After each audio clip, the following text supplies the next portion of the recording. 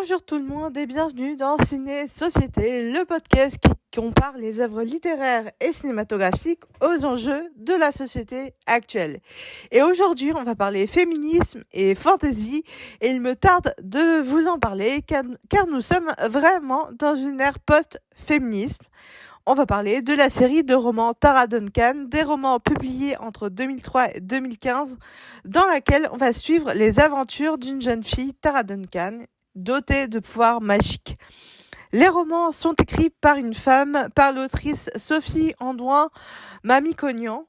La série comporte 13 livres et a remporté un joli succès en librairie, à tel point qu'une série animée a été adaptée en 2011 sur Disney Channel. Oui, pour ceux qui ont connu l'époque Disney Channel, c'était un peu la chaîne à voir absolument à l'époque, en 2010-2011. Et la série est réalisée par le studio de production Moonscope et est diffusée sur Disney Channel, simultanément aussi sur M6 pour permettre à un public plus jeune et plus large de découvrir la série.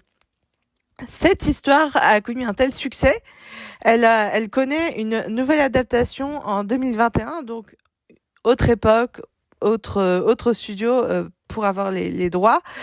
Et c'est son autrice Sophie Andoin qui a créé le personnage de Tara Duncan qui est derrière la série, qui l'écrit.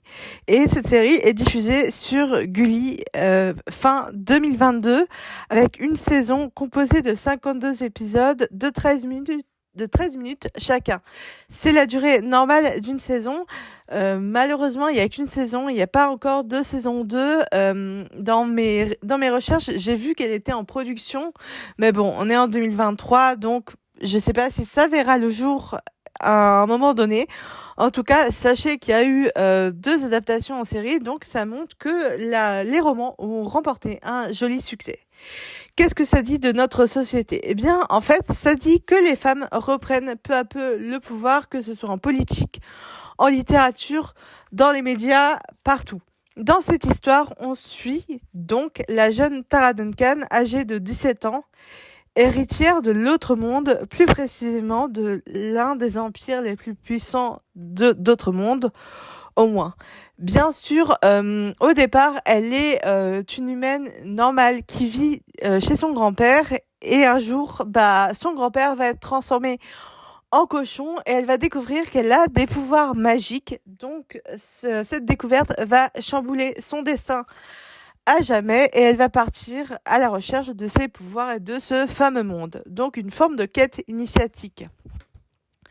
Le schéma de cette histoire me fait étrangement penser à Percy Jackson pour le côté quête initiatique, quête du héros, le héros à la recherche de ses origines, mais aussi à une autre saga culte qui a été écrite par une femme qui a remporté malheureusement un peu moins de succès, mais qui mérite tout autant votre attention. J'ai nommé dans la même veine, il y a La Passe Miroir, écrit par Christelle Dabos, qui met en avant une héroïne féminine et cette héroïne a bien sûr été écrite par une femme et ça c'est très cool.